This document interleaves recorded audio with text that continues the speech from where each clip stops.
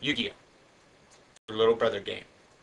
Being based off of manga and anime, this is what most of the trading card game world believes Yu-Gi-Oh! To be. In reality, Yu-Gi-Oh! Is a game that is more complicated than most other trading card games, with a fan base that is primarily made up of teenagers and young adults. In this 5-part series, you are going to learn the basic rules of the Yu-Gi-Oh! Trading card game. The first thing you'll need to begin dueling is a deck. The deck must have at least 40 cards, and you can only have up to 3 copies of the same card in your deck. Also, some cards are forbidden or limited in official tournaments. Try to keep your deck close to the 40 card minimum. Having a deck with too many cards makes it hard to draw your best cards when you need them. You may also need some additional items during the game. Among these are coins, dice, and markers that you can put on cards that are called counters. Every card you play or discard will be placed on the game mat. Every card has a specific type and can only be placed on its corresponding zone on the game mat. You can also duel without using the game mat as long as you remember where to place the cards. This is where you put your monsters when they're played. Up to 5 monster cards can be played here at a time. There are 3 main ways to position your monster cards: face up attack position, face up defense position, and face down defense position. Place the card vertically for attack position and horizontally for defense position. This is where you put spell and trap cards when they're activated. You can also place them face down here. You can have up to 5 cards in this zone. Because a spell card is placed in this zone when it is activated, no further spell cards can be used if all 5 spaces are already full. When monster cards are destroyed, and when spell and trap cards are used, they're sent face up to this space.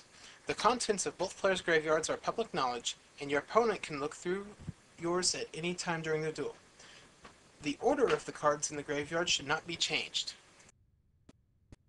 Your deck is placed face down in this space. Players draw cards from here to their hands. Normally, if the contents of the deck are revealed by a card effect, shuffle the deck and put it back in this space after resolving the effect. Special spell cards called field spell cards are played here and are not counted towards the 5-card limit of the spell trap card zone.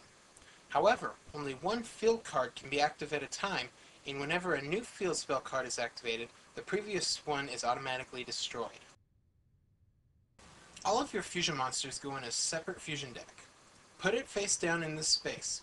You can only have up to 3 copies of the same card in your fusion deck, but there is no limit to the size of your fusion deck, and the cards in your fusion deck are not counted in the 40-card minimum limit of your main deck. A monster card is the basic card used to battle your opponent. Battles between these monsters are the foundation of any duel. There are many kinds of monsters. This game is more than a simple slugfest, so monsters with high attack and defense points will not be enough.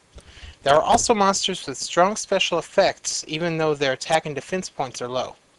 Therefore, your success in a duel depends on how skillfully you can make use of the different types of cards. Let's take a look at the different types of monsters. These are basic monster cards without special abilities. Many normal monsters have higher attack points and defense points than effect monsters, instead of having special abilities. Since they have no restrictions to summon them, these monsters are reliable. Fusion monsters are special monsters that go in your fusion deck, not in your main deck, and are summoned by using the specific monsters listed on the card, combined with the spell card Polymerization. Their attack points are usually very high, and some of them have special abilities as well. Ritual monsters are special monsters that are special summoned with a specific ritual spell card, along with a required tribute. Ritual monster cards are placed in the main deck, and they cannot be summoned unless you have all the proper cards together, in your hand or on the field. Ritual monsters generally have high attack points and defense points, and some have special abilities, just like fusion monsters. An effect monster is a monster that has special abilities. The effects of these monsters are split into 5 categories: flip effects, continuous effects, ignition effect, trigger effect, and multi-trigger effect. And this concludes part 1 of this 5-part series on Yu-Gi-Oh!